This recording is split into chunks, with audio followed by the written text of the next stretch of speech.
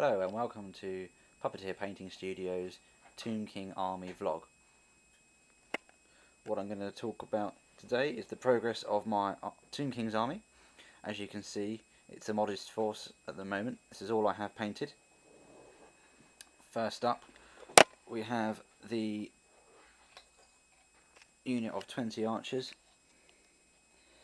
Now they're all painted very simply, just a bit of skull white, followed by Devlin mud wash. The chariots, which are not quite finished, but they're very nearly there. Now I've kind of gone for a more basic look on the chariots, with the exception of the middle one, which I'll talk about in a second, because I don't, well, this is more of a personal thing, I don't actually like the gold crests on the front, and I also saw opportunities for conversions on the kits for like animated constructs and the like. So I wanted to kind of use those as spare bits I could use. And the chariot in the middle one, there's a simple conversion whereby I glue the base of the normal chariot base to the underside of the howdah that goes on the Khmer War Sphinx.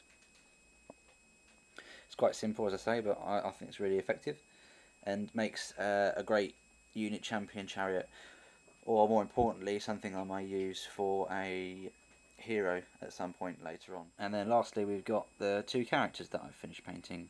One on the right is the Hierophant, small conversion using bits from the Tomb King that comes with the War Sphinx, Skeleton's hand weapon, and a couple of upgrades from the basic zombie kit from that you get.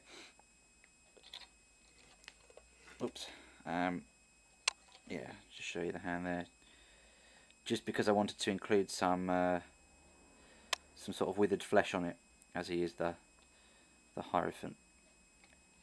And then you've got the mummified wraps as well, and a little cape. The other priest is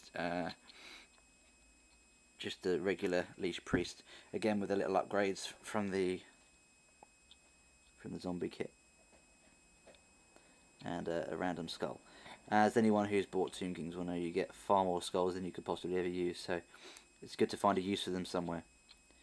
He's going to be using Law of Death, so it seemed appropriate that he was holding someone's head in his hand. So yeah, that's all I've got painted so far. There's a couple of other bits I've got down here, mostly unpainted. As you can see, just the amount of archers I've got. The archer unit on the table is going to be extended to 30 strong, and then there's another 30 archers in there as well.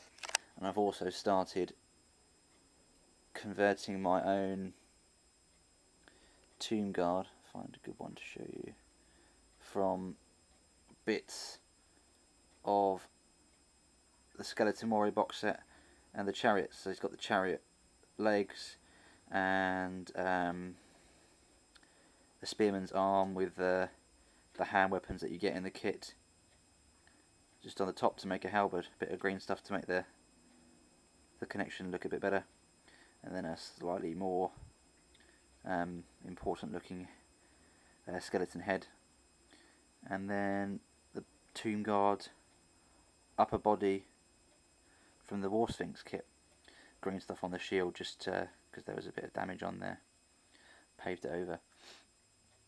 So yeah, really simple conversion to basically make a cheap unit of tomb guard. And the other things I've got are underneath, which I will just move this out to show you. I have a War Sphinx on its side, not quite finished yet, a few Ushabti, some rank fillers at the bottom, and a Screaming Skull which isn't painted. Just showing you kind of like eventually what will be in the army at some point.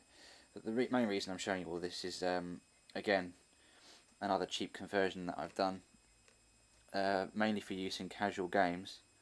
You got the upper body of the Necro Sphinx just coming out of the ground, And then the wings to define it properly as the Necrosphinx, and then a bit of sand on the bottom of the base to show that he's, you know, sort of entombed beneath the sands, as it were. And then the front paw that comes spare in the War Sphinx kit as well, to kind of show him climbing out.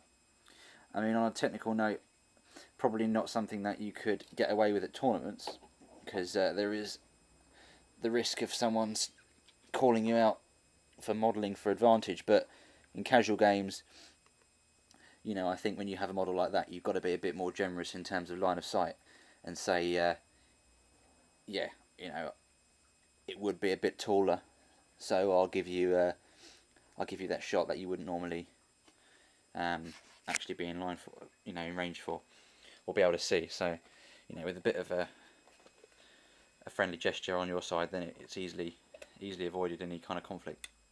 And most people aren't that fussy, you know. So yeah, just to sum up, that's the mostly painted bits there for you to begin with, and there'll be more tied soon. The next batch will probably be more archers, as I like to get the rank and file done first. Yeah, so that's it really. So if you like what you see and you want to see the army progress, then subscribe. Leave some comments below if you've got any questions on the colour scheme and other details.